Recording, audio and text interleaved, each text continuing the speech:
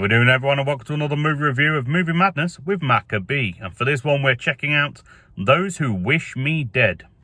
Brand new Angelina Jolie movie. Hell of a film. Just finished it here at the local View Cinema.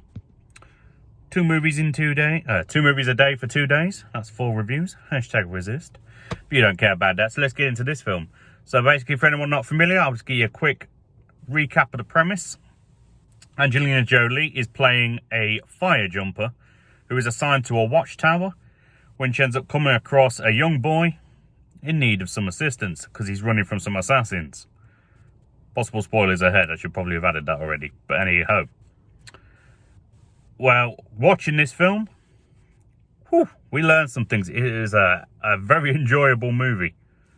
First thing, so we learn that Angelina Jolie is suffering from PTSD. So it makes for quite an emotional performance from her.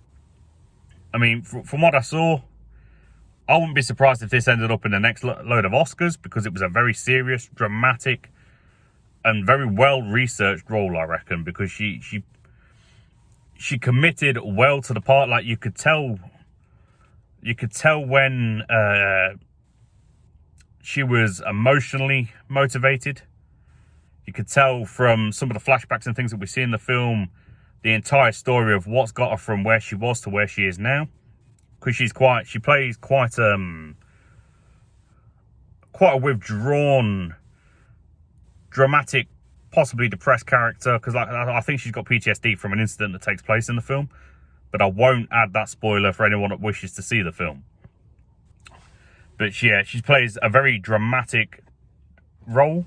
But she's also very careless at times. And we see why she has such a careless nature to her character at key moments in the movie.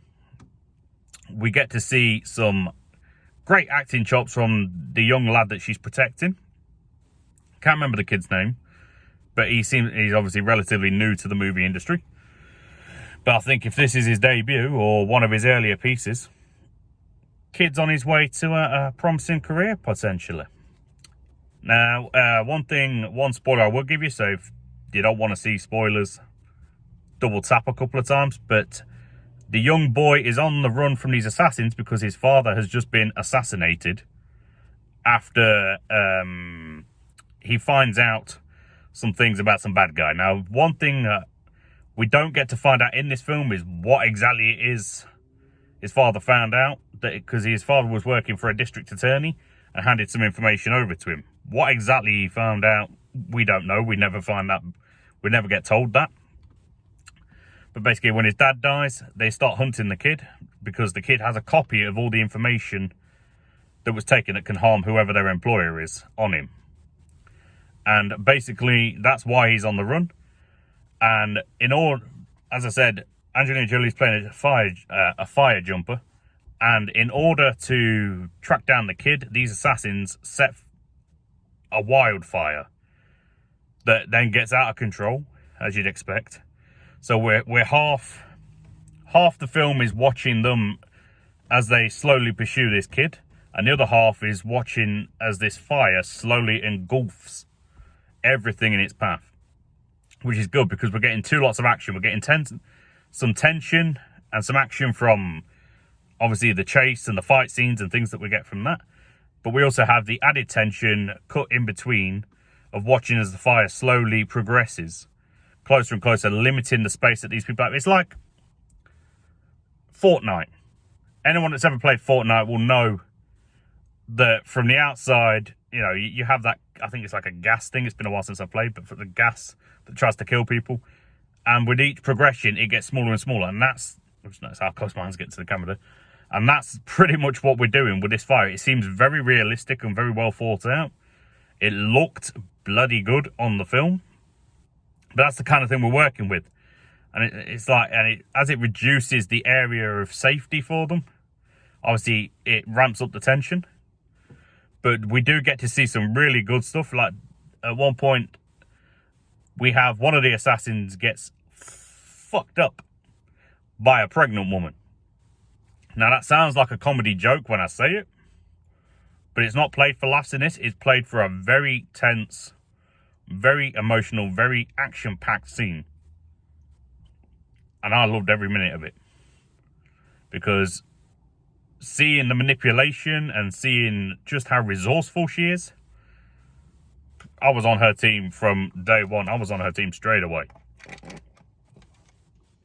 She fucked him up. So for anyone that likes action films, that likes, dramatic performances, things like that, this is definitely a film I would highly recommend checking out. If you're a fan of Angelina Jolie, obviously it's one you're going to check out. Jon Bernthal, who plays the Punisher in the Marvel TV series that was for some reason cancelled, hopefully will come back. He's not in as much of the film as we'd like, but he does play a fairly dominant role. And a pretty strong role. And I very much enjoyed it. Like, he's not... we get a good taste of him. Because we get a good taste of his manly man attitude. But it works quite well with how they've scripted it and how they blocked it and phrased it and everything. It works beautifully. So yeah, I'm getting waffly now because I'm running out of things to say. But basically, what I'm saying is, check out the film. I would highly recommend it. Giving it a letter grade, without a doubt. I personally found no faults, so I'm going to give it an A+, A star, whatever you want to call it. This is definitely one of the best films I've seen so far in 2021. And it's one of the best films I've probably seen ever, just for me. It was very well performed, well cast, well blocked, well everything, pretty much. Top notch. Cracking. If you've seen this film, drop a comment down below. Let me know what your opinions on the film were. Were you loving it as much as I did? Were you not feeling it? What we're working with here? Let me know down below. But until next time, folks, because that's everything I did have, I'll see you in the next one. Movie Madness, Maka out.